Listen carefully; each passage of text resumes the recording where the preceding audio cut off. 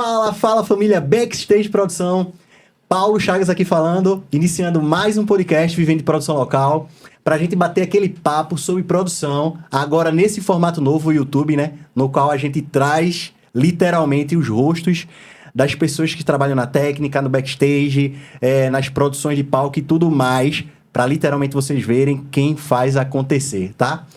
Não deixando de esquecer de falar do nosso patrocinador master, o Estúdio Hub 2001. Enfim, eu sou muito suspeito para falar dessa estrutura, né? Porque participei da construção desse local, dessa estrutura, da concepção. Então, enfim, para mim é um carinho enorme falar desse ambiente.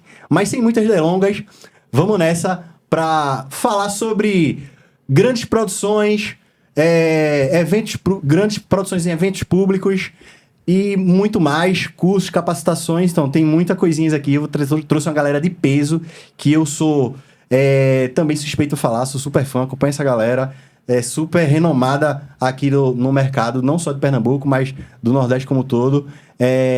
Prazer, Sávio, Johnny, muito bem, muito bom receber vocês daqui, tá? Nesse bate-papo, nessa conversa. Enfim, queria passar a palavra para vocês, né? Enfim, Johnny, queria conversar com você, certo? Queria que você falasse um pouquinho quem é Johnny, quanto tempo você está na nossa profissão, qual é a sua formação, enfim. Eu dispensei de dar o seu currículo aqui para você mesmo falar aqui pra gente. Legal. Obrigado pelo convite, entendeu? Meu nome é Johnny, conhecido como Johnny Danny, que é meu sobrenome. Já estou no mercado de produções há mais de 30 anos, né? E já venho executando como direção de palco literalmente há mais de, acho que uns 20 anos por aí, né? Sou formado em comunicação social, habilitado em relações públicas, mas fui picado pelo bichinho da produção já esse tempo todo, desde a época antes do Recifolia, eu já comecei a trabalhar com produção. Antigo, hein? Trabalhei no Recifolia, inclusive, com produção. Fui puxador de bloco junto aí, pezão, velho. Diga aí, no Nana Banana, a gente puxava o bloco do Nana Banana e Bigfoot. E participando de vários processos, inclusive da evolução dos eventos aqui na cidade, né? Ou seja, participando do Recifolia, da formação do Carnaval do Recife, desse Carnaval descentralizado. Tivemos a nossa participação técnica, minha, Pezão, do Sávio também, que a gente já ajudou a construir muita coisa nesse Carnaval. E, assim, já trabalhei também com muitas bandas, já trabalhei com Paralama, já trabalhei com Raimundos, já trabalhei com Chico Buarque também, com Marisa Monte.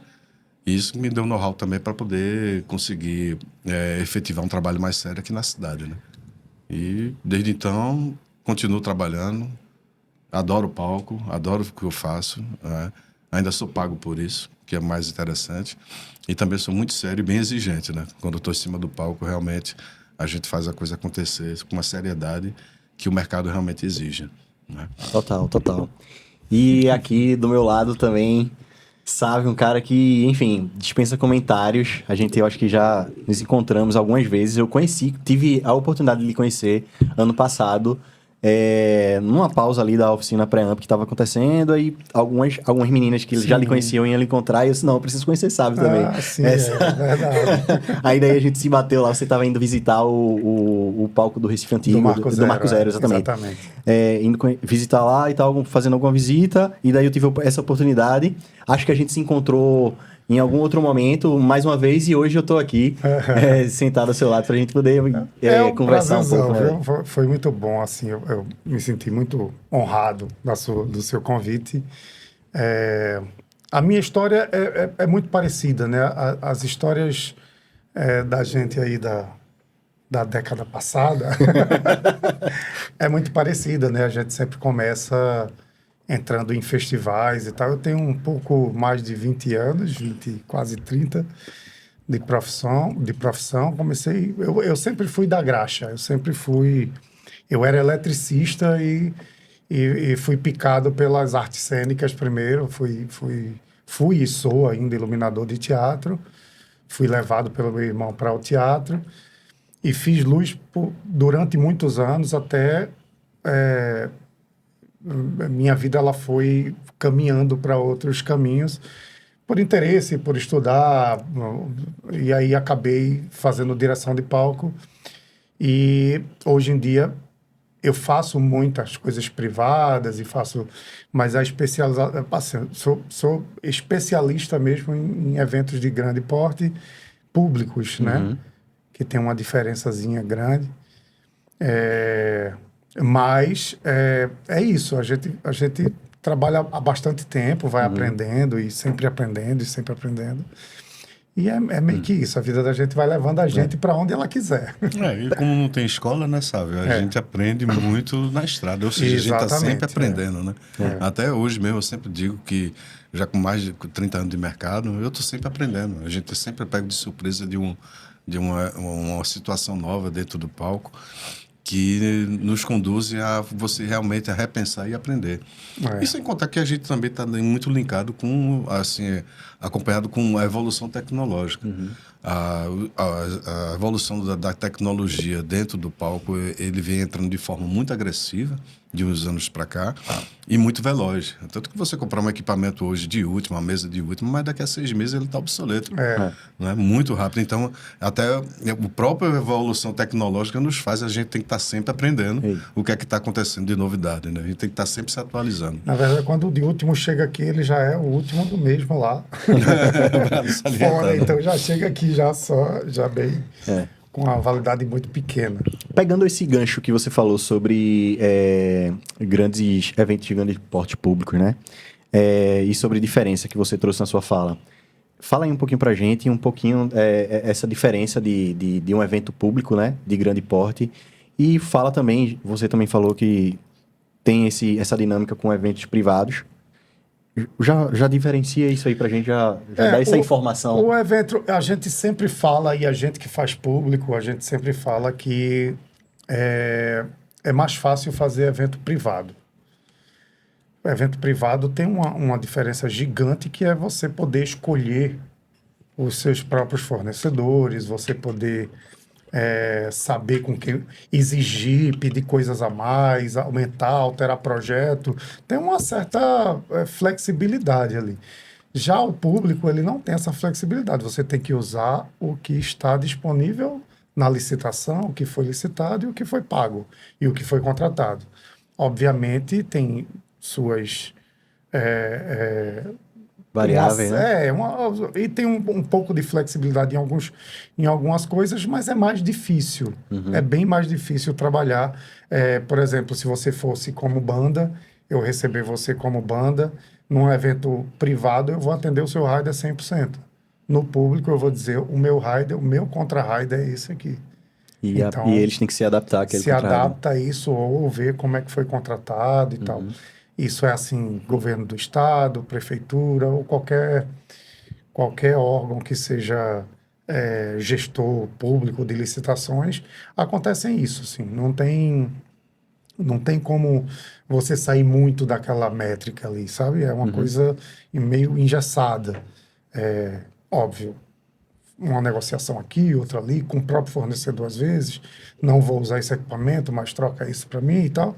Isso aí vai tudo com uma coisa. Mas é bem mais fácil fazer privado, apesar de ter toda a sua complexidade também, mas o público tem essa diferença, que eu digo, quem faz público faz privado de olhos fechados, assim, porque é bem mais fácil, de verdade. Sim. Essa é a grande diferença. Total. E, Johnny, você trouxe aí na sua fala inicial, né, na sua formação sobre comunicação, e a gente sabe quanto carece... Eu toco muito nessa tecla da gente se comunicar com os... Eu falo falando de forma geral, dos profissionais se comunicarem entre si, sabe? Tanto o liderado quanto o líder com seus liderados. E explica pra gente um pouco o quanto isso contribuiu para você, te ajudou nas dinâmicas de palco, nas dinâmicas de produção, de direção, o quanto é que a tua formação de comunicação te auxiliou e te ajudou nesse outro ponto. Eu sempre comento, inclusive até nas oficinas da gente, que tem uma cadeira que eu paguei na faculdade, que ela me chamou muita atenção e ela, até hoje, eu utilizo o que eu aprendi nessa cadeira no dia a dia quando a gente está em cima do palco, que chama-se comunicação dirigida, né? Ou seja, você adaptar a sua forma de comunicação ao diverso público que você está lidando, trabalhando ali profissionalmente. Então, no palco, quando a gente está gerindo o palco, você está, de repente, tá lidando com carregadores, são pessoas simples, que não têm acesso a muita informação e têm uma linguagem muito simples, por causa das limitações de conhecimentos que eles tiveram no decorrer da vida. Como você lida também com músicos, você lida com artistas, empresários e donos de eventos. O E seu muitas vezes contratante, político com contratante. Então, da mesma forma que eu converso com um carregador, a mesma linguagem que eu utilizo, eu não utilizo para o empresário. Porque, inclusive, se eu chegar a falar com nomenclaturas técnicas, jargões burocráticos para em cima de um técnico, duas coisas vão acontecer. Primeiro, ele não vai entender o que é que você está falando. Segundo, ele vai ter certeza que você está chamando ele de burro, ele é ignorante. Terceiro, você vai criar uma inimizade com esse cara. Porque você não consegue se entender. E comunicação é tudo. Eu que sou estudante de comunicação, sou formado em comunicação, e eu sempre soube disso, que comunicação é tudo. Se uma comunicação ela tiver ruído, ela não for bem feita, você não vai conseguir executar e nem que seu trabalho prospere. Porque você não vai conseguir atingir o objetivo que as pessoas com quem está trabalhando por você fazer com aquilo que você está planejando e executar. Então, a linguagem popular, a linguagem simples, quando você lida com pessoas simples, facilita muito o entendimento e o desenrolar do seu trabalho. E isso eu aprendi na faculdade, foi uma coisa que até hoje eu trago no meu dia a dia. Eu cito isso também até na oficina, no curso que nós promovemos, porque realmente foi um diferencial para mim, tá? Eu percebo muito isso, inclusive, assim, a comunicação flui mais fácil, as pessoas entendem o que é que eu estou pensando e entendem das soluções que a gente está planejando. Então, como no palco você não trabalha só, você precisa de várias pessoas para gerir a administração daquele palco, e são várias pessoas com vários níveis de conhecimentos intelectuais diferentes. Sim. E você tem que estar lidando com elas simultaneamente o tempo inteiro. E você tem que ter essa sua dinâmica de você estar adaptando a sua forma de linguagem, e para não misturar tudo e não virar uma confusão só, virar uma torre de Babel, né? E assim você conseguir que as pessoas realmente entendam com aquilo que você está planejando e que aquilo que está acontecendo dentro do palco. Porque como a dinâmica é muito rápida, o show está rolando, o show não pode parar, e as soluções têm que ser mais rápidas ainda. Então, facilitar a comunicação nessa correria em cima do palco é primordial. Total. A gente tava conversando em off, né? Eu disse, rapaz, eu vi que você é muito tranquilo aqui, você conversando Aí ele disse, olha, depende. Quando é que, dentro dessa comunicação, quando é que a gente precisa e é necessário, quais são os momentos necessários para a gente utilizar firmeza, ser firme com a nossa equipe? Olha, uma coisa que foi crucial para mim, assim, da minha formação, como eu executo hoje, foi ter trabalhado com bandas grandes, com nomes grandes nacional. E principalmente quando você trabalha com banda, a pior coisa que acontece quando você chega em cada cidade, quando você está em turnê, é você saber novidades. Você chegar lá, se tudo aquilo que você foi combinado antes não está acontecendo.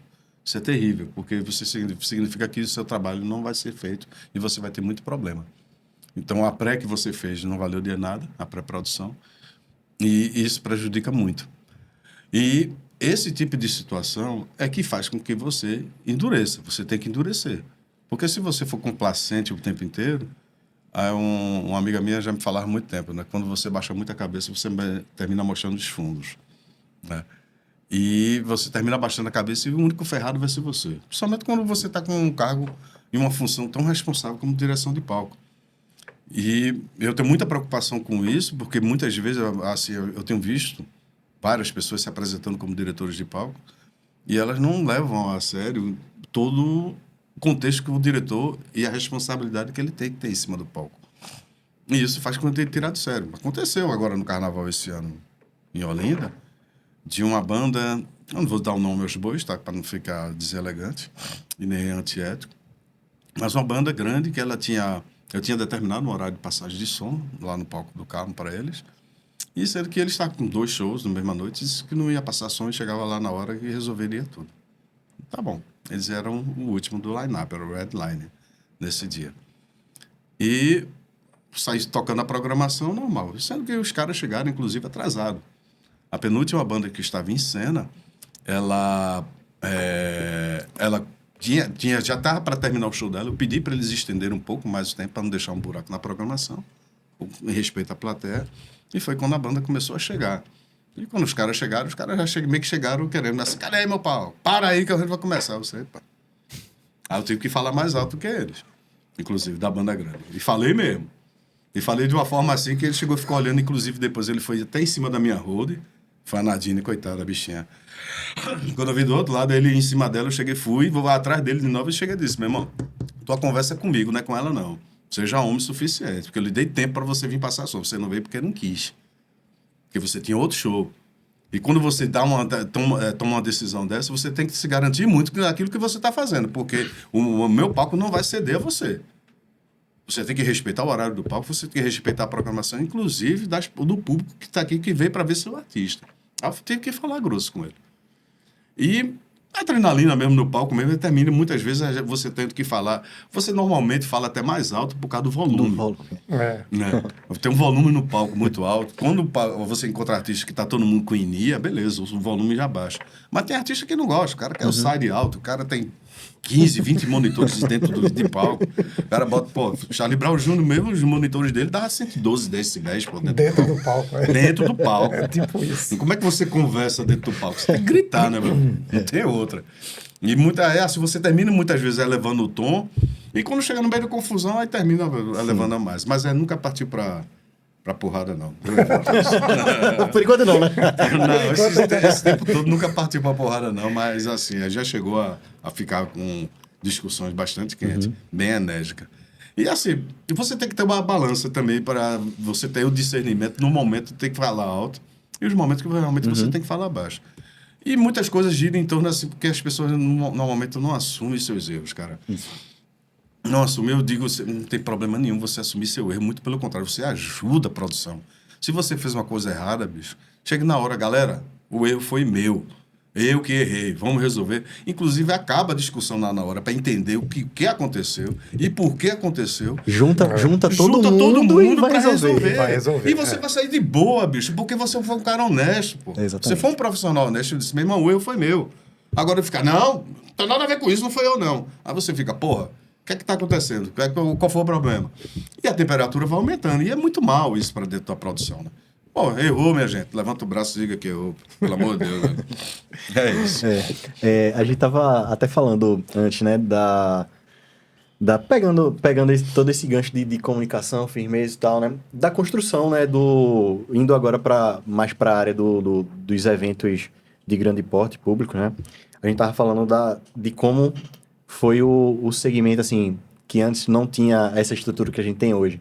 E daí eu queria perguntar para tu, né, como foi ver, né, ambos têm uma similaridade de tempo dentro dessa experiência. Velho, tá? Ele é mais velho. Mas conta pra gente como é que foi, assim, essa construção. Para hoje a gente tá com um dos melhores palcos que não deixa para trás nenhum evento, não, de jeito nenhum nenhum. palco de festival grande, né? Eu tenho muita colaboração, eu tenho um privilégio muito grande de ter uns acessos muito importantes dentro, enfim, por conta da trajetória mesmo, de fazer eventos públicos. Então, eu tenho um acesso muito grande a algumas instâncias que muitas pessoas não têm, devido à experiência, enfim, dou consultoria a muitos festivais. Como o Johnny disse, a gente participou da criação do Pernambuco Nação Cultural. A gente está falando aqui 20 anos atrás, Eduardo Campos era governador. Alguma coisa atrás. A gente participei de muitas construções, agora recente, Pernambuco Meu País, o Carnaval do Recife, teve uma contribuição muito grande de Johnny.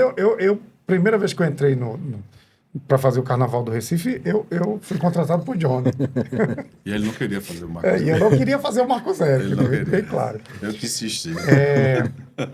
A construção, por ter esse acesso a, a quem faz mesmo acontecer, a gente vai moldando as estruturas. E aí eu também trabalho com infraestrutura. E eu trabalho pela infraestrutura por necessidade de fazer um bom trabalho. Assim. Desculpa, você viu uma necessidade que tinha naquela... Minha trajetória é meio isso. Eu fui iluminador, fui entender um pouco de teatro e fui entender um pouco da construção do teatro. Porque eu queria pendurar, às vezes, as luzes em lugares absurdos. E aí eu não conseguia. E aí eu fui me especializando nisso e estudando isso. Então, minha vida foi toda construída assim. Aí eu comecei a trabalhar com direção de palco e comecei a ver as falhas de estrutura. Tipo, pô, eu preciso rodar a banda pro lado de lá, não tem espaço, pro lado de cá não tem espaço, para trás não tem espaço, por ali aquele espaço não funciona. E eu comecei a interagir com as pessoas por conta desse excesso. A mente de produtor é criativa, né? A mente do E tá produtor. todo momento aqui. Então, hoje, quando eu olho para um palco, quando eu estou como diretor, eu vou olhar, inclusive, a construção dele. Então, foi assim com o Marco Zero. Hoje a gente tem um Marco Zero quase perfeito, assim. Claro que todos os anos aparece uma necessidade nova, mas até acesso de artista, por exemplo, sai do camarim, passa por trás das cabines para dar entrevista, para não passar no meio do povo, senão fica preso, senão não sobe no palco. A gente acaba fazendo uma direção técnica ali, olhando para todos os lados, porque isso tudo reflete em cima do palco. Totalmente. Então, essa construção, ela vem de muitos anos, inclusive porque a gente cava esses acessos com a gestão, para a gente conseguir fazer um trabalho mais fluido. Esse ano, para mim, foi um serviço muito tranquilo, foi para todo mundo. Eu não estou dizendo que tranquilo assim foi, ótimo. Não, são 18 horas, 19 horas de carga horária no palco. É um peso de carga horária gigantesco, e o peso da responsabilidade. Mas os problemas que a gente teve foi só de não dormir. Entendeu? Assim, todos os outros problemas a gente foi resolvendo durante a pré-produção e durante anos de experiência. Então, o Marco Zero hoje ele é um palco que não deixa, não faz vergonha nenhum, inclusive. É um grande palco, assim, comparado com festivais internacionais, festivais Lollapalooza, Rock in Rio. O palco não, a área de serviço é muito bem servida, né? Só para deixar, ela é muito grande, você tem muito equipamento, você tem tudo. Assim, o Marco Zero é um lugar bom de trabalhar. Ele tem outros problemas que aí você trata com outras instâncias, que não é tecnicamente, mas tecnicamente hoje ele é um dos palcos mais bem executados durante todo o período aí, todo o ano, não só o carnaval, né? Eu acho que ele é um dos maiores. Eu acho que atualmente o Marco Zero ele virou uma referência. Então, uma coisa legal, velho, porque foi uma construção, né? Primeiro ano do palco do Marco Zero, os praticáveis, quem fazia os praticáveis era em Lube. A gente encomendava em Lube para eles construírem os praticáveis e com roda. Porque não existia esses praticáveis todo bonitinho que tinha aqui. Então, para você ver isso, o quê? Em 2001, tem 25 anos atrás, né? Um quarto de século, quando começou nesse formato que João Paulo fez. E eu me lembro desse primeiro ano que a gente estava trabalhando. Que eu peguei desse primeiro ano. Então, você vê assim, a própria tecnologia que tinha disponível na época, as mesas eram analógicas, não tinha consoles digitais. Eu peguei analógica, hein? Você ainda pegou. Meu velho, você não é tão novinho assim. Mas era analógica com máquina fotográfica digital. Que fique na memória. Que a máquina tirava foto da mesa para ver onde é que estavam a posição dos knobzinhos e tava tudo certo. Aí eu já entrei na era semi-digital. Era uma época assim que, pô, você vê assim, olha para um house mix agora, você vê um house mix com 2 mesas, que dá para atender todo mundo. Na época, você pegar um line-up pesado, se tivesse 4 atrações grandes, eram 4 mesas, cada uma com uma mesa diferente, e separada, e ninguém podia tocar nas mesas. Né? Com exceção dos palcos descentralizados, que a galera tinha que se lascar, ou tirava foto, se tivesse câmera digital, se não, tinha um papelzinho lá que ele saía anotando Anotava. o posicionamento dos botões. E era assim que eles chegavam e voltavam. Então, tudo é um processo. O Marco Zero, ele hoje, ele é uma referência, porque isso teve muito empenho de Sávio, teve empenho meu, teve empenho da própria prefeitura, da gestão de enxergar o palco e ver, porque para você que chegar a um palco nessa magnitude, tem que ter um investimento financeiro. O palco não é barato. O mercado de shows é uma coisa que é muito cara, cara. Isso. Muito caro. Para você ficar devendo 1 milhão é rapidinho, velho. É muito rápido. E outra, é devendo 1 milhão e para pagar à vista. Não tem prazo, não. O aluguel de uma empresa de infraestrutura, o aluguel de uma empresa de som e luz, de LED e de gerador, se paga-se à vista. Quando você chega aí, os cachês dos artistas, não tem prazo. Ah, não, vamos dividir em 10 vezes. Não rola. Não tem isso no mercado. O Marco Zero, ele foi crescendo, é um conjunto de fatores ali que faz aquele palco dar muito certo, né? A gestão pública, ela acredita muito, é o palco de maior visibilidade, obviamente, é o palco que traz todas as bandas nacionais da atualidade que estão circulando ali e tal. É uma vitrine, de fato, e um investimento muito grande. Esse ano teve mais de 50 polos no Recife. A gente fala muito de Marco Zero, mas a gente tem mais 49 polos espalhados, né? Todos eles com equipamento, todos eles com técnica, todos eles com equipe, com infraestrutura, com palco, com tudo. Uns menores, outros maiores. Mas é um investimento muito grande, assim. O Recife, hoje, ele é uma referência de eventos e cultural para o Brasil inteiro, assim. Ele é um grande festival de música, né? Acho que um dos maiores do mundo, velho. Pela quantidade de infraestrutura. A cultura pernambucana está ali em todos eles, né? Seja do interior do estado. Desculpa, eu acredito que tem evoluído essa valorização de infraestrutura, enfim, na própria cultura, assim. Eu vou falar porque minha avó, ela foi homenageada do Carnaval de 2023. Então, eu tinha algumas colegas que trabalhavam no Marco Zero nesse ano, e todo mundo, tua avó aqui no corredor, lá, não sei o que lá, e mandando a foto da estrutura, e eu vi, caramba, estrutura muito bacana, muito massa. Não conhecia ainda o backstage do palco do Recife do Marco Zero, né? Mas, enfim, já vi por vídeo e já vi, enfim, vi em outras vezes enquanto estava montando e tal, assim, tive esse acesso e vi que é uma coisa, tipo, enorme, sabe? Coisa gigante mesmo. Como é que é feito? A gente tá falando de grande porte, mas você falou dos outros descentralizados. Existe um mínimo de estudo, já que você disse que também participava de consultorias, sabe? Existe um mínimo de estudos desses polos descentralizados e eu vou pegar o gancho também do Marco Zero para a gente entender, ter a compreensão de estrutura, de equipamento e essas coisas? Existe um estudo territorial mesmo, assim. A prefeitura, ela escolhe os bairros, né, o que é que e Johnny tem uma história muito legal, que Johnny é do tempo que o busto nem existia ali, era o dele. Então, o próximo ano é o dele que vai estar lá. Que foi Recife, como era o tema? Multicultural, não? Como é? Carnaval multicultural. Carnaval multicultural. Foi quando descentralizou com o intuito de você... o Marco Zero não comporta o tanto de gente, assim, né? Então, você tem palco ali no Arsenal, tem palco ali na Moeda, que passou agora para o Parador, você tem um palco ali no Cais da Alfândega, isso tudo na área central ali. Imagina só se tivesse o palco do Marco Zero, né? Aí você tem o Pernambuco, Meu País agora, aí tem vários palcos em lugares diferentes. Estratégicos, né? E é o mesmo raciocínio de todos os outros dos bairros. Então, o que acontece é você levar o carnaval para dentro do bairro, para você proporcionar o carnaval para aquelas pessoas sem sair muito longe de casa.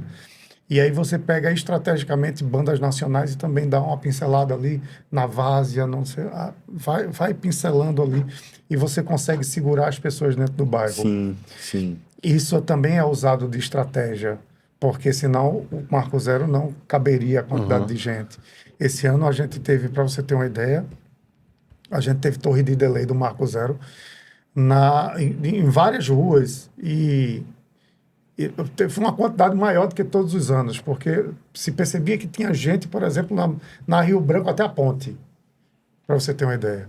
Tinha um painel de LED e painel de delay de som para levar para essas pessoas. O Marco Zero já não comporta a quantidade de gente, aquele palco é lindo, é maravilhoso, ocupa um espaço imenso na praça, né? Quanto mais o projeto é mais ambicioso, mais ele ocupa um pedaço de praça. E aí, obviamente, você vai diminuindo a quantidade de pessoas e as pessoas vão indo para os vasos, né? Indo para as laterais. E aí é isso, assim, é uma coisa que é estratégico, esse ponto de ter descentralizado. E existem licitações de palco médio, pequeno, grande, e aí eles estudam esses locais e vê qual é o que mais cabe naquele lugar. Às vezes, por exemplo, um polo clássico, que é clássico, é Alto José do Pinho. Não sei se você conhece o polo do Carnaval Alto José do Pinho. O gerador entra primeiro que o palco. Porque senão... Porque se você botar o palco, o gerador não entra. Não entra. Então é um lugar muito pequenininho, mas aquele palco é importante, inclusive.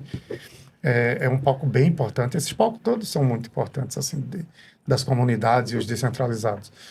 Justamente, e existe todo o estudo, existem as adequações, existem licitações para isso, é do mesmo jeito. Às vezes, o equipamento que foi licitado nem cabe no lugar, mas assim, padrãozinho adapta, e né? tal, e adapta, e vai, tanta banda se adapta, tudo. E assim, como a gente participou desde o processo, porque antes até, sabe, eu assumi o Marco Zero, ele circulava comigo nos polos descentralizados, que foi uma ideia genial. Na verdade, na época dessa gestão da prefeitura, eles conseguiam enxergar o carnaval como uma mola mestre realmente daqui da cidade, mas sendo que não podia aglomerar todo mundo no mesmo lugar. Então, foi até questão de segurança, de segurar as pessoas no seu bairro e levar atrações de qualidade para os seus bairros. Então, ou seja, o seu Valença, Fafá de Belém, Lenine iam para os polos descentralizados e as pessoas estavam indo para a casa deles, né, da comunidade. Aí, evitava que as pessoas saíssem para ir para o centro da cidade, elas ficam nos seus bairros. E a questão de autoestima também, porque são artistas que estão visitando. Normalmente, esses polos é uma comunidade, são muito presentes, são muito fortes. Inclusive, até eu falo com toda a segurança que os lugares mais tranquilos para brincar são os polos descentralizados. Eles são mais seguros, eles são mais tranquilos. No centro, Marco Zero, ali tem tudo que é tipo de gente, tem tudo que é tipo mesmo. Assim, onde existe o maior número de furtos de celulares e etc. No Alto José do Pinho, velho, você pode tirar seu iPhone, você pode ficar no meio de todo mundo lá, ninguém vai roubar você não, velho. Pode ter certeza, ninguém vai roubar você. Eles respeitam muito isso dentro da comunidade, porque é a casa deles. E eu aprendi muito isso no longo, quando eu trabalhava no Carnaval do Recife, que eu fazia essa coordenação geral. O Sávio também, a gente fazia parte de uma equipe que a gente ficava visitando polo por polo. A gente ia de manhã para a gente ver a questão da infraestrutura e à noite para ver como é que estava a execução. E a gente dava esse suporte também aos diretores de palco lá, porque lógico que os polos descentralizados não têm os mesmos equipamentos do Marco Zero. Estão tudo lá. E nem a gente tem empresa suficiente que tem esses equipamentos. Hoje, com 50 polos, eu digo e afirmo com todas as letras, a demanda é muito maior. Muito maior. Não existe esse tanto de empresas com os equipamentos com os equipamentos 100% qualificados para atender todos esses polos. Tudo bem que tem polo muito pequenininho. Tem polo que é um 6x6. O próprio Alto José do Pinho mesmo, porque a largura da rua não permite, né, velho? Mas precisa de mesa de som, caixa para fazer PA, uma bateria, precisa de amplificadores. Ou seja, é um polo como qualquer outro. Agora, a gente realmente tem uma demanda muito grande no Carnaval, tanto que vem gente do estado inteiro para suprir essa necessidade. Vem gente de outros estados, Paraíba, com equipamento, tipo, você ganhou a licitação aqui, você é local. Você é de uma empresa local, mas você vai ter que sublocar muita coisa, porque Sim, você não vai sim. ter perna para pegar tudo. São muitos polos espalhados, e aí, obviamente, às vezes falta uma coisa aqui, outra ali. Às vezes você não é tão bem atendido quanto você espera nos outros polos. É bem difícil. Fazer o carnaval hoje é um desafio. É um desafio bem grande. Se fazer o carnaval, digo, o Recife, Estado, Sim, sim. inclusive. É, toda cidade do interior tem carnaval também, com equipes trabalhando, com O estado material. inteiro, né, velho? Tá O estado inteiro, assim. Você tem um Eu, carnaval eu, eu muito... costumo dizer que essa época do carnaval é a época que nós mais trabalhamos, porque, tipo, exige muito, pelo menos pra mim, sempre exigiu muito, eu acredito que pra vocês também, sempre exigiu muito de preparação, tanto na preparação quanto na Isso. execução e depois Isso. ali, né? É. Então, essa época do ano é totalmente estressante, né? Então a gente precisa estar sempre ali atento, né, às coisas, ao planejamento, enfim, às mudanças que acontecem para poder fazer com que as O coisas... carnaval desse ano, eu fui consultado em dezembro. Consultado, assim, eu não estava contratado pela prefeitura, mas como eu sempre faço o Marco Zero e tenho esse acesso, eu fui consultado por lá para ver questão de grade, de não sei o quê, né? Aqueles ajustes todos. E em janeiro comecei a trabalhar e efetivamente um mês, assim, é praticamente um mês antes, praticamente não. Eu começo um mês antes, recebo a grade um mês antes, antes até de sair em qualquer outro lugar divulgado e tal, não sei o quê, para começar a trabalhar, senão não dá tempo. Isso eu estou falando só do Marco Zero. A gente tem mais 49 polos por aí que não tem esse mesmo privilégio. Que vamos deixar aqui bem claro. Não é todo mundo que recebe. Agora, o Marco Zero, o Arsenal, são palcos mais complexos que recebem realmente essa grade antes e Esse esse cuidado, planeja né? Esse cuidado, porque né? precisa ter. Porque são palcos que recebem pessoas, a maioria de bandas nacionais, que precisam se organizar ali minimamente, se a pessoa vai trazer equipamento de lá, se a gente não vai atender tudo.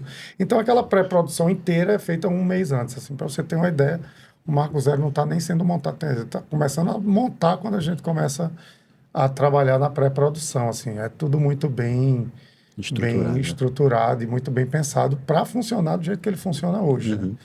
Hoje ele é muito... Dá tempo de você... Eu sempre digo isso na oficina, inclusive, que dá tempo... O bom é fazer uma pré-produção bem feita e demorada, porque dá tempo de você entrar em contato com a banda, você discutir com o cara, brigar com o cara e virar amigo e receber ele com um cafezinho. Porque é meio que isso, assim, você precisa ter esse tempo, senão Sim. o cara descobrir em cima da hora não vai dar certo. Mas aí a gente sempre fala, né? Inclusive nós levamos até isso no curso, que é assim, nós trabalhamos para que todos os palcos sejam marcos zeros da vida, mas a realidade é outra. Então, a realidade técnica e a realidade operacional, e inclusive até a realidade de acesso às informações. Como sabe mesmo, com o Marco Zero ele se tornou atípico e exemplar, então as informações até das atrações ele recebe antes. E o que não acontece com os palcos descentralizados. Às vezes fica acontecendo, o cara fica com um tempo extremamente reduzido, para ele ter que entrar em contato com as bandas, negociar equipamentos, ver o que realmente vai ter disponível no palco, para ele poder contrapor com os riders, as atrações. E isso dificulta um pouco o trabalho. Aí exige muito do produtor. Né? Exige muito do diretor. Um jogo de cintura e tudo, né? De tudo, porque, inclusive, além de como você reduz o tempo, você tem que resolver tudo muito rápido e logo. Né? E logo. E assim, como eu falei, eu já trabalhei com bandas e a pior coisa é você chegar no local e você ter surpresa. Principalmente banda grande. Porque os técnicos disso, quando eles começam a bater de frente com a produção local, se não tiver tudo certo, ele vai escutar do artista mais tarde. Vai, Né? Ele vai escutar dele. Se uma mesa, o mínimo de mesa que ele precisa trabalhar para equalizar a música do artista, a voz dele, os instrumentos dele, inclusive por isso que é tão importante um técnico de som, técnico de luz, eles acompanharam os artistas, que acompanham os artistas, eles acompanharam até os ensaios, porque ele fica sabendo o que é que vai acontecer no show. Os ensaios que os artistas utilizam no estúdio, normalmente ele leva não só o seu road, ele leva seu operador técnico de PA e monitor, principalmente de PA, porque ele está sendo reproduzido com o público, né? e iluminador também, para eles conseguirem comungar aquilo que o artista... Bicho, se você pegar um artista, um técnico ruim, ele fode a apresentação de um artista. Total. O cara pode ter a melhor voz do mundo, o cara pode ser o melhor músico do mundo, mas se o técnico não for bom, o show do cara tá fudido, pô. Eu fiz agora o Nova Brasil, o Festival Nova Brasil. E aí, eu conversando lá, obviamente, com os dirigentes e tal, eu disse, não, porque aí os artistas são 15 artistas.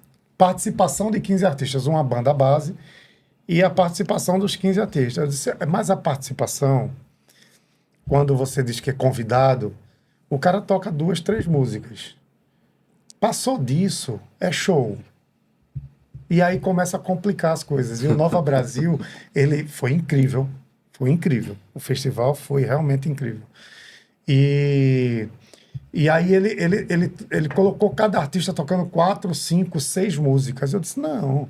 Aí o cara vai trazer músico, vai querer trazer o baterista, vai querer trazer o técnico, porque ele vai querer imprimir a pegada dele ali no show. Não é uma participação de pegar um microfone e cantou. Não é. Vai ter que trazer. E a grande dificuldade foi essa, no Festival Nova Brasil, porque é isso que faz, né? Assim, as bandas que vêm de fora, todas elas vão trazer técnicos. As bandas locais, a maioria do Marco Zero, todas do Marco Zero trazem técnico. Levam para outros polos também para imprimir o que eles querem mostrar ali para o público. Padrão, né? O padrão. Então, com isso existem exigências, não é chegar e tocar. Se fosse chegar e tocar era muito fácil. Mas apesar, sabe, que assim, de todos esses palcos que a gente fala, nós falamos, tem um específico que eu já venho trabalhando, esse vai ser o 3º ano, que é um dos São João lá de Campina Grande, que é de uma das casas do dono da Luan, do Luiz Augusto, que é o Vila Forró. O Vila Forró, ele é um palco lá, bicho, que o palco acho que ele deve ter uns 40 centímetros de altura. Ele tem 5 metros, tem 6 metros por 6. O pé direito é baixo, você estica a mão, você toca no luz. Você não tem área de serviço, você não tem como montar outro backline, a não ser um único backline para todo mundo. Não tem como. Sabe aquele palco tipo de clube? É maravilhoso. Ele é perfeito. Mas sendo que, como o Luiz Augusto, ele é um contratante grande, ele contrata muito esses grandes nomes, esses sertanejos e tal, tudo mais, com vários shows, e a galera acata muito o que ele pede. Então, o que é que ele faz? Ó, tem aqui minha casa, tu vai tocar lá, mas é um backline só para todo mundo. A gente vai. E rola. É o mundo privado. Não, e isso para os caras também, porque é que acontece? São João, porra, é um período que os caras estão ganhando grana. Qualquer banda quer ganhar dinheiro. Então, propicia para o artista ele fazer 2 tocadas na noite, porque ele começa lá 2 horas da tarde, o cara vai tocar mais cedo e vai se embora para outra cidade tocar. Ou então, toca na cidade e volta para lá para finalizar. Não leva nada, o instrumento tá tudo lá já. Não precisa levar. Não precisa. O máximo que é trocar os pratos, entendeu? Mas a bateria é mesma para todo mundo, a percussão é a mesma. O máximo que ele leva ali um teclado, um violão, mas assim, o backline é o mesmo. Não tem roda, o palco não roda. E nisso eu trabalhei com artistas lá como Luan Santana, Simone Mendes, Leonardo, Zezé de Camargo e Luciano, ou seja, só nome grandes que eles não admitiriam em palco nenhum se ele não tocasse com o seu próprio backline. Você sabe muito bem disso. É o mundo do privado. Aí como o privado, esse foi o único local do mundo que eu já vi, velho, que, bicho, nome grande toca com um backline. O mesmo instrumento que é pra eles. Que eu achei legal isso, porque a galera vai lá e toca. Sim. Eles tocam lá, pô. Aquela mão amiga, né? É a mão amiga. Mas como falou, o mundo privado. O privado, ele consegue propiciar isso. Aí quando você vai pro público, não. Você tem que ter praticáveis. Como hoje em dia tá complicado você viajar, transportar instrumentos como bateria e percussão, que pesa muito, né? Normalmente eles alugam na cidade. Os backline, né? Tem fornecedores de backline local, aluga a bateria com as ferragens, a percussão também, mas tem que ter separado para ele, com os microfones deles, passado, o som marcado, onde é que vai ficar cada praticável, e assim que eles fazem. Se não for desse jeito, eles não sobem no palco. Já escutamos isso várias vezes. Eu, do tempo do Marco Zero, antigamente, porque agora, obviamente, está mais fácil você alugar backline no lugar. Hoje mas antigamente chegava carreta com até praticável dentro da carreta assim, da banda. A banda disse, eu só preciso do espaço para botar minha mesa, A caixa, o palco limpo usa as caixas. e as caixas de PA. É. Mesa de monitor, mesa de PA, técnica, palco limpo, o resto é tudo comigo. É isso, assim. Para não passar perrengue, né? Ainda tem muitas nacionais, inclusive o Paralamas mesmo. Vem com o material deles para fazer carnaval, porque eles sabem que no Marco Zero vai ter, mas Nos outros. Casa Amarela, Alto do Pinho, Várzea, não vai ter tudo. Aí ele prefere andar com ele, que está embutido ali dentro do cachê dele, Sim. trazer um caminhãozinho ou alugar daqui e colocar no lugar, assim, é bem mais seguro, assim, porque para preservar mesmo o nome Com da banda e certeza, tal. com certeza. É isso. O espetáculo em si, ele é uma coisa que ele precisa... É padronizado, né? Então, Isso. quando não se existe o mínimo necessário para poder fazer o show como ele deve ser, aí fica... foge do padrão, né? Porque como o show de cada artista é individual de cada dele, então nenhum show é igual ao outro. É como uma identidade, né? É como uma Então, identidade, assim, assim. o único festival que eu trabalhei que todo mundo tinha a mesma formação foi os últimos Abril pro Rock. Que é tudo baixo, bateria e guitarra, baixo, bateria e guitarra, baixo, bateria e guitarra. Eram 12 bandas e todo mundo na mesma formação. Aumentava botava dois amplificadores de guitarra e outro tinha um teclado, mas sempre era a mesma formação, a mesma base. Fora isso, os artistas eles preparam o show. Eu fiz a direção de palco da Sala da Justiça. A Sala da Justiça tivemos Caetano Veloso, Academia da Berlinda e Luísa Sonza, não foi? Foi. Não sei o que fez. Aí, Caetano Veloso tinha a forma dele passar o som dele, os praticáveis dele e da forma como foi formatado o show dele. E rolou. Com Academia. Na Berlinda rolou tranquilo. Uma última atração, eu esqueci o nome. Marina Sena. Foi isso. Obrigado.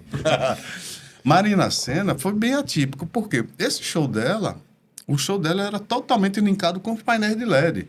Tinha time code e tudo, mas o show dela, o painel de LED fazia parte. Cada música tinha uma apresentação diferente e as imagens comungavam com ele. E chegou um determinado momento do show que o painel deu bronca. Deu problema lá no painel de LED. E o painel central, dentro do palco, ele parou. E ela chegou, foi um momento aí, ela parou e saiu de cena. Eu tive que chamar os DJ para colocar a música lá e começando a rolar a confusão. Era um evento privado e a galera chegou assim, ó, o público não quer saber. Eles querem você no palco. Independente se o painel de LED está funcionando ou não. E você vai ter que voltar. E ela teve que voltar para o palco. Mas nesse caso específico foi parado porque o painel falhou. Mas o show dela era totalmente linkado. O show dela era o LED também. O espetáculo, né? Faz parte do espetáculo. Então, como você vê que cada artista tem umas necessidades diferentes e a gente procura atender isso. Isso tudo geralmente é negociado antes. Muito antes. Sim. Porque para quando eles chegarem aqui, a gente só executar aquela negociação que foi feita. Então, ou seja, a quantidade de praticáveis que vai se usar, a altura que vai se utilizar, as necessidades de equipamentos que eles vão trazer, ou que eles vão precisar que a gente disponibilize. Então, tudo isso é conversado e é separado nele. Total. Aí, o que não acontece realmente nesse local, que era do Vila Forró, é que todo mundo vai e toca com o mesmo quadro que tem lá. Quer, não é isso. Tem sonho pra gente. Aí um dos trabalhos de direção de palco mais tranquilo que eu tenho, porque eu começo, tu veio pra cá, tu já sabia. Também ninguém é pego de surpresa, entendeu? O cara chegar lá, não, trouxe meus equipamentos, pode deixar aí, nem tire. Nem tire ele do seu caminhão.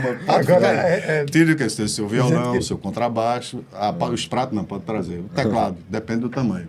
Ainda fica assim. Eu já tive palco muito engraçado. A banda anterior, palco que não gira. Aí a banda anterior era bateria, baixo e guitarra. E a outra banda era bateria, guitarra e baixo. Aí, meu irmão, toca do jeito que tá, que já tá pronto. Eu não trouxe técnico. Não, mas o baterista, o cara da guitarra tem que ficar do lado de lá, porque se comunica com esse e tal. Assim, meu irmão, pelo amor de Deus, velho. É um show só, não. E bate o pé e vai. E tem que fazer. Tem que fazer. E você vai fazer mesmo. No final, você... Eu sou da direção de palco passiva, assim, bem tranquilo. Não, e assim, e eu acato muita coisa também, porque eu acredito que a pessoa fez aquele espetáculo para ser concebido daquele jeito. É isso, eu vim de teatro e eu sei que, da luz de teatro, que eu sei que aquele foco que tem que estar ali é por um propósito e porque ele tem que estar ali. Então, essa minha vivência do teatro, ela me ajuda muito na direção de palco. Quando o cara chega para mim e diz assim, Sávio, eu preciso muito que a bateria esteja um pouco para a esquerda, porque tal pessoa se comunique, tem uma hora no show que isso acontece, eu entendo ali como um espetáculo, e que ele tem, obviamente. Isso, eu estou falando um caso em 100, mas acontece, tem coisas assim, entendeu? Você pegar um show do Cordel do Fogo Encantado, por exemplo, que é completamente feito teatro, é um espetáculo de teatro, e querer mudar a formação daquilo ali não faz sentido nenhum, entendeu? Não faz sentido nenhum. Inclusive porque as pessoas estão ali para ver o espetáculo que elas conhecem, que elas têm uma referência. Sim. Então não adianta muito. E você vê, pela essa própria fala de Sá, você vê a preocupação dele entender a questão de infraestrutura. Porque se você começa a assumir um palco e olha o desenho da infraestrutura, o espaço que você tem para trabalhar, porque você tem que ter espaço. O melhor palco que eu já trabalhei na minha vida foi o Ceará Music, em 2000, eu estava viajando até com KCL, em 2001. A área de serviço do palco era 2 vezes a área cênica. Era uma coisa gigantesca. Eu nunca tinha visto um negócio daquele, velho. Que palco maravilhoso para trabalhar, velho. Porque realmente... Então, até um velho ditado dizendo que assim, a cozinha funciona melhor que a sala. Porque a cozinha está bem preparada para ela poder servir a sala. Então, nesse caso, a sala é a área cênica e a cozinha é a nossa área de serviço. É a mesma coisa. É a mesma coisa. Se você não adianta você aumentar o salão se você tem uma cozinha pequena. Se você tem uma cozinha pequena. Tu tem uma cozinha pequena, tu nunca vai conseguir suprir bicho, a necessidade do salão. Pô. Então, aí a preocupação dele, de ele chega a procurar ver com a questão de infraestrutura, de ele passar anos brigando para aumentar espaço aqui, mais 2 metros aqui, mais 2 metros ali, mais 2 metros aqui, né? Para exatamente conseguir atender as necessidades de cada atração dele. Já que nós temos recursos, a gente não precisa mandar em Lube fazer praticáveis, as empresas já têm as empresas já têm os praticáveis padronizados, já industrializado, 2x1, com travas, rodas de vários tamanhos, né, a altura. Isso facilita pra caramba, porque você bota todo o backline ali em cima. E tem espaço para você ter que rodar com esses equipamentos, tirar de cena, botar de cena, enfim. Total. Agora vamos sair um pouquinho da conversa sobre estrutura, né, sobre grandes eventos, para a gente falar sobre capacitação, que é uma coisa que eu sonho muito em chegar aí um dia, certo? E vocês a gente já escutou aqui, estão há muito tempo no mercado, né, e sentem essa necessidade, né, de passar para outros profissionais o que vocês entendem, sabem como experiência, né? E de fato é referência para todos nós. Fala um pouquinho, assim, vou começar com o Johnny, né? Sobre como é que surgiu essa vontade de passar o conhecimento, de passar as experiências. A gente vai falar sobre o curso, né, de direção de palco de vocês, que a gente tá gravando hoje. Ele já foi lançado? Já? Foi, a inscrição abriu do dia 1º. Pronto. Ontem. Enquanto a gente tá gravando aqui, ele já foi lançado. Mas ele ainda vai ser...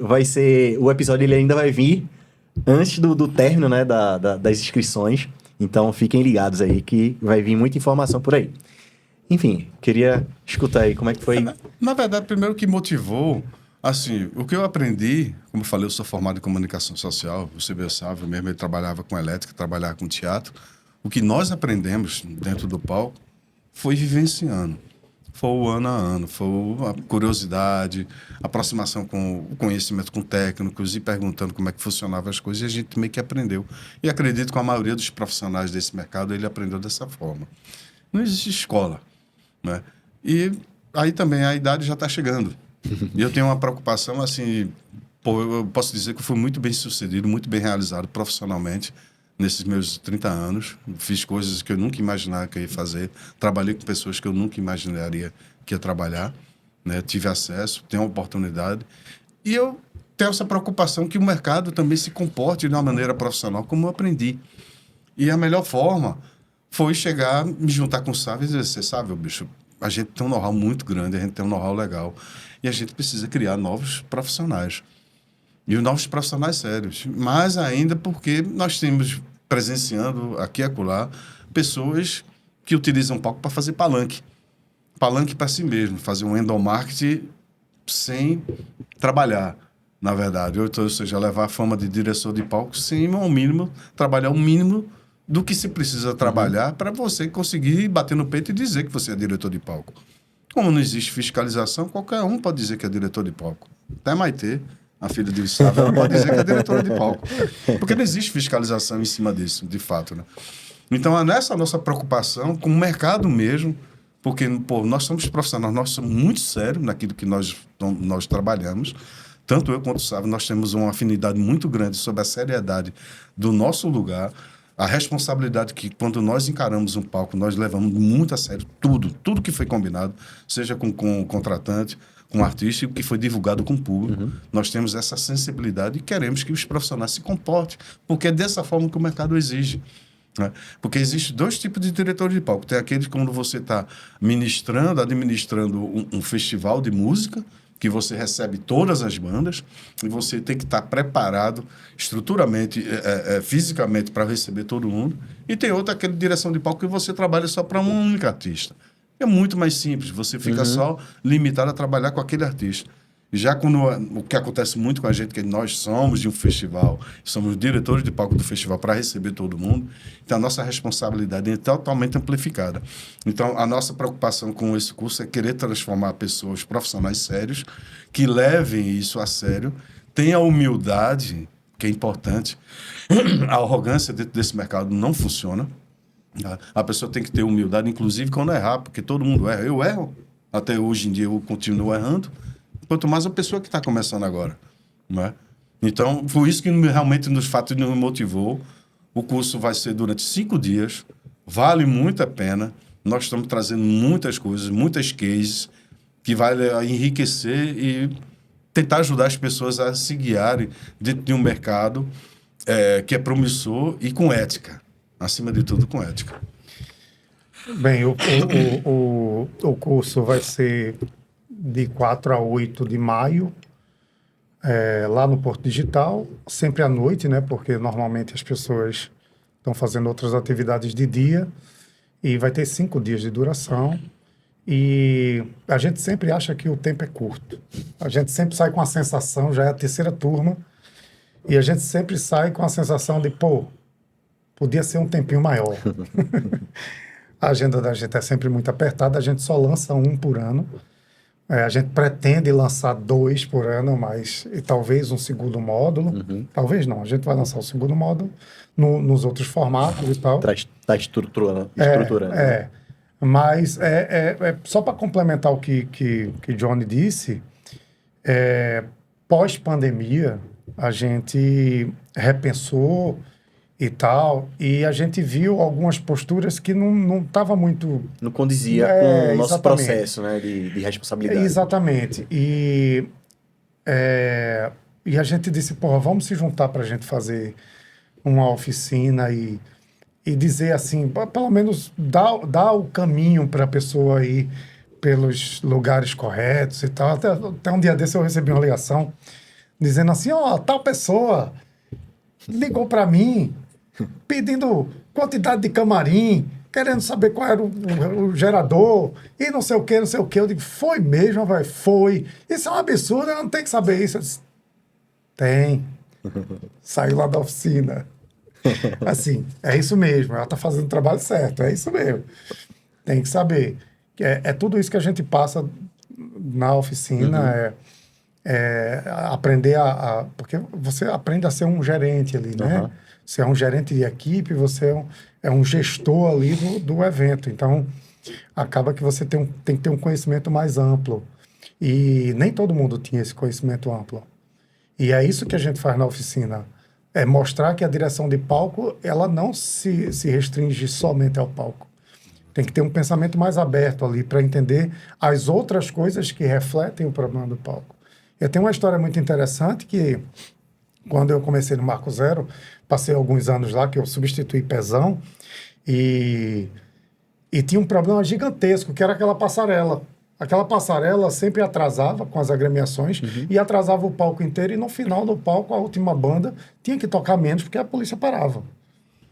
E aí eu fui atrás de o porquê porque o palco terminava desse jeito. Eu comecei a estudar porque o palco terminava desse jeito e descobri que era porque, veja, inusitadamente, numa coisa que praticamente ninguém pensa, só quem passa por isso, as agremiações elas não conseguiam chegar na ilha. Os ônibus das agremiações ficavam antes da ponte. E as agremiações precisavam descer lá para poder vir andando para chegar, para desfilar. Marco Zero. Então, como é que você não dá essas condições? Então, o problema não estava no palco. Grupo o problema, grande, né? Muitas pessoas, né, velho? o problema não estava no palco. O problema estava muito antes disso. Na logística, né? A logística, como é que a No pessoa ia acesso, chegar né? lá. No acesso. No acesso.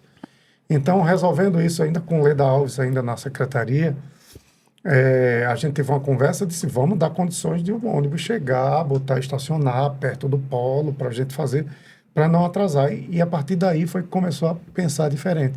Veja só, eu estava lá no palco, o palco estava atrasando, o problema sempre era da passarela, a pessoa que fazia a produção da passarela sempre levava a culpa, e na verdade a culpa era mais em cima de outras instâncias, de acesso, de CTTU, de trânsito, de procurar um estacionamento, de trazer que dá o acesso, de fazer isso, que não, tem que tratar todo mundo. Até de dar condições para aquelas agremiações que são pequenas, né?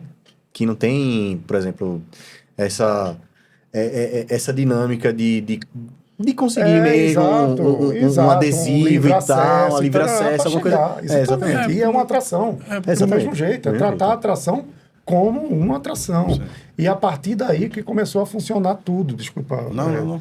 A partir daí que começou a funcionar tudo e foi aí que se descobriu. Então, só para concluir, a direção de palco não está restrita somente ao palco, mas tudo que faz o palco funcionar até a hora do show e até o término dele. Então você se envolve ali com muitas instâncias, não só ali no palco. Inclusive o trabalho é muito maior fora do palco do que no palco. Hoje em dia você tem muito mais trabalho no fora do palco. Na hora de planejar, e no Marco Zero é pior ainda, né? Que tem toda a parte política, tem toda a parte... Tem TV, tem emissoras, tem transmissão, tem uma série de fatores no Marco Zero que não é somente a direção de palco. Sim. Essa, para mim, fica a parte mais fácil hoje em dia. Realmente. Aí no curso a gente aborda tudo isso, né? A gente faz... Eu só joguei uma pérola. E essas agremiações, ela tem uma questão, porque você fala que elas são pequenas, talvez até em termos de conhecimento, mas eles são muito numerosos. Sim. Né?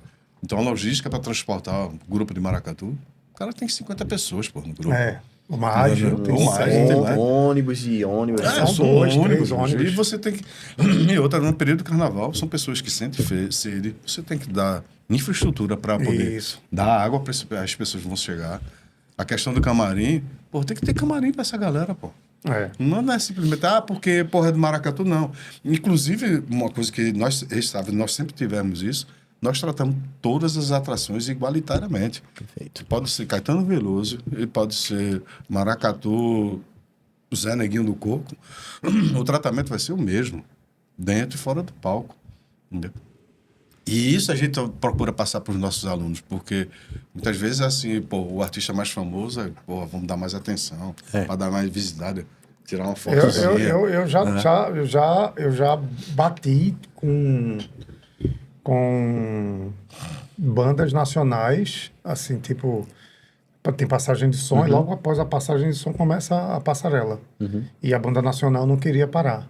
E aí foi a hora que você... Engrossa, né? Engrossa o negócio. Você diz, é o seguinte, velho. E eu fui até... Eu era imaturo. E aí eu cheguei e disse, bicho, tu vai tocar em carnaval aonde na tua vida? Carnaval não é feito por isso aí, ó. As agremiações. O carnaval do Recife é feito por eles, pela cultura popular. Exatamente. Você não toca em carnaval. Seu show de carnaval é aqui por um acaso. Você não tem show de carnaval. Você é um artista pop aí que toca em qualquer lugar. Aqui não. Então você vai parar agora. Eu vou mandar parar agora e eu vou botar a agremiação para dentro, senão vai atrasar tudo. E é isso, né? Você tem que respeitar todo mundo, né? A gente é da coisa que um artista precisa respeitar o outro. A partir do momento que ele passa do limite dele, ele está desrespeitando não só a equipe, não só a gestão, não só o contrato, mas o outro artista que vai ser prejudicado, que no final vai ter que tocar menos. Então, É uma cadeia, né? É uma cadeia, a gente pensa meio que isso. Hoje já está na terceira edição do curso, né? Como é que é a estrutura das aulas? Elas são só teóricas? Tem aulas práticas e teóricas? Como é que é o passo a passo, assim, o esqueleto ali que vocês montam? A gente começa do início, a gente conta da história da nossa profissão, mas é um curso teórico, onde a gente pega esses vários assuntos. Nas duas primeiras aulas a gente fala genericamente como é que funciona e depois a gente entra no curso de direção de palco propriamente dito. Mas tudo para contextualizar o restante das aulas. Mas é teórico e o segundo módulo é que vai ser o módulo mais prático. Mas o primeiro módulo você já sai com um entendimento muito grande. Quem já trabalha na área abre a cabeça. Para quem não trabalha na área, começa a entender ali e começa a se interessar pela área. Porque eu sempre digo que quem vai procurar um curso de direção de palco é porque está com sangue no olho, está querendo fazer. Porque isso não é um trabalho fácil, não. Não é uma coisa que dá glamour, não é uma coisa que você, não sei o quê. Eu era muito fã de Lenine, hoje em dia é um colega de trabalho, entendeu? É tipo assim, se for, as pessoas que vão procurar o curso é justamente porque estão querendo fazer ali. Então, esse primeiro módulo ele tem que ser teórico para embasar toda a parte técnica para a gente poder ir para o segundo módulo, que é a pretensão da gente na parte mais prática.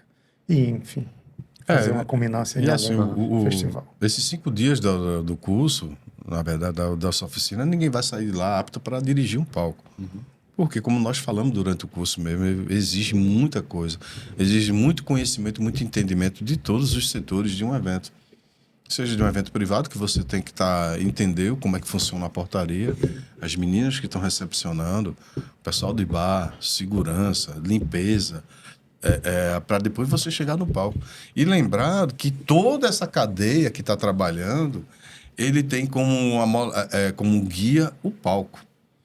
Ou seja, se você, como assumindo o palco, você ignorar todo o processo, todo o restante dos setores do evento, você não está fazendo um trabalho bem feito. Porque todas as suas decisões, todas as suas soluções vai impactar o evento como um todo. E você simplesmente não pode tomar uma decisão para impactar e ligar o foda-se para os outros. Sim. Entendeu? Então, esse primeiro módulo que nós estamos fazendo que as pessoas entendam que realmente é uma profissão séria e que muita exigência, de muita responsabilidade. Só ter esse entendimento facilita muito para quem já é da área e para as pessoas que querem entrar, entender e entrar nesse universo. Né? No segundo módulo, a gente vamos segmentar ele, vai ser mais técnico, vai ser de uma forma que mais usual, para quem realmente está mais na área, já está mais inserido, facilitar bastante o seu entendimento até o ponto de assumir com toda garantia um palco. Desculpa, a gente está fazendo a terceira turma do primeiro módulo pela necessidade mesmo. Assim, as pessoas procuram o primeiro módulo. E a proposta assim, de entrar com o segundo módulo é pegar essas pessoas que fizeram o primeiro módulo para a gente implantar o segundo módulo. Obviamente vai abrir para todo mundo. E vai ser uma coisa mais técnica, inclusive para quem já trabalha com coisa. Mas só para dar um adendozinho, pela fala de Johnny, que o palco ele interfere em todos os outros setores, só um spoilerzinho da aula, é que, por exemplo, só basta você marcar uma passagem de som na hora errada, para você destruir a logística de camarim, por exemplo. Ou marcar a chegada da banda muito antes. Pronto, acabou. A pessoa do camarim lá o camarim está ocupado por outra banda, e aí essa pessoa vai chegar, a banda vai chegar e vai ficar ao léu, ou seja, mexe em muita coisa ali. O palco, ele é o pivô de tudo funcionar ali. Sim. Então, você muda um horário de tocada de banda, tipo, a banda atrasou, vai tocar. Aí você tem TV atrelado, que entra naquela hora. Aí você tem fã que tá lá para ver o show e aí você vai atrasar. Tem Você ações vai de marketing trocar, voltada, né? trocar a velho? banda, que é a coisa mais comum em palcos descentralizados, é assim, aí a banda não chegou. Só vai chegar daqui a 20 minutos. E eu tô com a outra banda aqui. Vamos trocar? Meu amigo, isso pode gerar um problema gigante. Tanto com quem contratou, tanto com os fãs que estão lá, que Com a só vão chegar comunidade, na né? hora, ou com a comunidade. Ué. Ou seja, é uma profissão de muita responsabilidade que mexe com toda a cadeia, assim. Bem, foi só um spoilerzinho. Aí, não, isso você entende, essa nossa preocupação realmente com os novos profissionais que têm surgido no mercado, porque, assim como eu tinha falado, volta a ser redundante. Até Maitê, a filha do meu amigo Sávio, ela pode dizer que é diretora de palco hoje em dia, entendeu? E é muito fácil você dizer, mas chega assim, o que, inclusive, até tá rolando uma matéria essa semana sobre mentira, essas coisas, até você mentir no seu currículo. Você pode até mentir, você pode até conseguir o trabalho. Mas vai chegar um momento no seu trabalho que aquela mentira, se você não souber fazer, ela vai ser exigida e você vai ser posto em xeque. E aí? O que é que tu vai fazer, velho?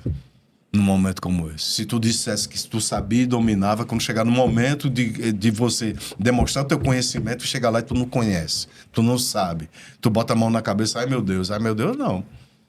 Então, assim, você mentir por causa de uma relação, tudo mais, assim, não é, mentir nunca é legal, velho. Às vezes, assim, você pode até mentir para se safar de uma situação muito ruim. Mas profissionalmente é péssimo, cara. E o mercado, bicho, ele é muito pequeno. Esse mercado, porra, a gente, assim, de técnico principalmente, quando o cara faz uma merda, a gente fica sabendo rapidinho. Todo mundo fica sabendo. Todo mundo fica sabendo. Se tu inventou uma história, se tu fez uma coisa que não fez, todo mundo vai ficar sabendo, tu vai ficar com cara de tacho, pô. Vai ficar cara de mané lá, dizendo assim, não, eu fiz, eu sei. E quando chega na hora, ai meu Deus, eu não sei fazer isso não. E aí, velho, pra que adiantou tu mentir, velho? Que adiantou tu postar na rede social que tu faz uma coisa que tu não fez? Entendeu? Então, a gente pega muito no pé, no curso, porque nós levamos nossa profissão a sério, nós somos muito responsáveis e exigimos que as pessoas que assumam essa função sejam responsáveis, porque o mercado exige isso. Sim. A profissão exige responsabilidade dele. Então, se você começa a inventar história, velho, isso a gente bate, que é ética, falta de ética, cara. Se tu não fez, não diga que você fez, pô. Pelo amor de Deus, só fale aquilo que você realmente fez, que você tem segurança em executar. Você tem segurança realmente de trabalhar e quando chegar a situação realmente que vai exigir esse seu conhecimento, você vai tirar de letra, velho. Não ficar batendo cabeça e botando, ai meu Deus do céu, o que é que eu faço? Eu disse que sabia e não sei fazer. Com a cara de pastel, velho. Cara de mané na hora. Ah, gente, enfim, tô muito feliz aqui em receber vocês. Ah, legal, certo? gostei Vocês também. são, enfim, vou Não sou ser tão calmo assim, não, redundante. viu? Ah, Não sim, sou tão calmo assim, não. Eu sou mais calmo que ele. Mas enfim, sendo redundante, né, falando o que eu falei no início do programa, que vocês são referência não só para mim, mas para muitas pessoas, já ouvi falar bastante de vocês, e enfim, é muito gratificante receber vocês aqui pra gente falar sobre o que a gente ama, né? Porque a gente não tá aqui... A gente não estaria 30 anos, também 30 anos, não estaria... Não. 28 anos. Sou muito mais jovem que ele na profissão. Você é um bebê. Ele tem 30, eu tenho 28 anos de profissão. Quero deixar aqui registrado. É um bebê, ele. A gente não estaria aqui se a gente não amasse o que a gente faz, né? Então, eu acho muito importante essa passada de bastão que vocês fazem, sabe? Passar esse bastão com um padrão elevadíssimo e altíssimo, baseado nas experiências que vocês tiveram, né? É importante para quem está chegando agora na área, para quem quer se reciclar ali. Então, enfim, fica a minha gratidão enorme aqui estar recebendo vocês. Como eu falei, quero um dia estar aí chegando nesse nível de referência que vocês são hoje pra gente, sabe? E é isso, agora eu queria deixar a palavra final aí para vocês se despedirem, reforçar os dias de inscrição, reforçar o dia do curso, enfim, deixar seus arrobas aí pro pessoal irem lá, conhecer vocês, seguirem vocês, certo? Enfim, fiquem à vontade. Eu que agradeço, na verdade. Eu acompanho você e esse podcast está virando uma coisa bem referência mesmo para a técnica, né? Isso é bom para você difundir e tal. As nossas profissões são muito ali guardadinhas, né? Sim. Então, são muito escondidinhas e tal, e esse podcast é muito importante. Eu que agradeço, e a oportunidade também de compartilhar também. Conhecimento da gente, obviamente, não pode ficar guardado. E as oficinas, o curso acontece de 4 a 8 de maio, as inscrições abriram agora, dia 1º, vão até o dia anterior. Se a gente não fechar. Eu acredito que a gente vai fechar antes. A procura está muito grande. E até fechar a turma, a gente vai deixar aberto. E, assim, quero agradecer mesmo. Eu acho que é uma grande oportunidade poder falar e difundir, assim, a nossa profissão. Para essas pessoas que estão iniciando, está vindo uma leva interessantíssima de pessoas interessada em trabalhar na área, seja ela qual for, né? Porque tem vários segmentos dentro da parte de shows. E é isso. Eu deixo aqui só meu agradecimento e você está convidado aí para o Marco Zero, se eu estiver próximo ano, para conhecer os bastidores lá. Eu acho que vai ser bem legal. Você pode chegar lá, que você vai ser muito bem recebido. Muito obrigado. Bom, obrigado mesmo pelo convite, valeu esse bate-papo. É importante a gente abrir espaço para a gente estar conversando sobre a graxa, entendeu? Assim, inclusive, a seriedade que tem muitos profissionais sérios aqui na região, temos muitos profissionais mesmo, não são poucos. Essa galera realmente são muito, às vezes, até subutilizadas, mas essa é uma luta, é uma outra pauta. Mas para o curso mesmo a gente leva muito a sério, a gente realmente passamos o que nós vivenciamos, tá? Trazemos isso para vocês de uma forma fácil de entender e, prazerosa também, porque inclusive nós trazemos convidados, temos os convidados da graxa nacionalmente, né? Já temos confirmado 2, né? 3, né? 3 convidados, alguns que vão presencialmente e outros por online. Essa troca de experiências é extremamente importante para quem realmente está a fim de conhecer esse mercado, está a fim de se aprimorar como diretor de palco. É uma função que exige muita responsabilidade. Glamour você não tem, entendeu? Se você estiver pensando em virar diretor de palco para ter glamour, e é uma coisa que você não vai ter. Se você vê um diretor de palco com muito glamour, é porque ele não está trabalhando, tá?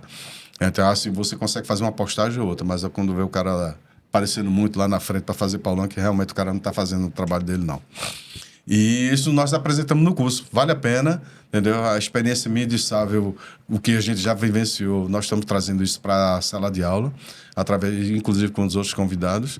E espero que veja vocês lá. A partir do dia 4, né, Sávio? 4? De 4 a 8, lá no Porto Digital, a partir das 6 horas da noite. E obrigado pelo convite, pelo espaço fornecido aqui para a gente, inclusive, falar da profissão e divulgar a nossa oficina. E esperamos ver vocês também. Aparece por lá também, velho, para dar uma olhadinha lá, vai valer a pena. Massa. Muito obrigado aí, gente. Então, é isso. A gente tá finalizando mais um programa Vivendo de Produção Local hoje, tá? Espero que todos assistam esse programa, é muito importante. Não só para você que já é da profissão, já está há muito tempo aqui, mas também para você que está conhecendo. Esse é um programa riquíssimo. Então, segue lá a gente no YouTube, se inscreve. Ativa o sininho para receber sempre que um programa novo é publicado, você recebe a notificação. Então, segue também a gente no Instagram, que a gente está postando todos os cortes desses programas gravados. E é isso, gente. Muito obrigado para todos e até logo.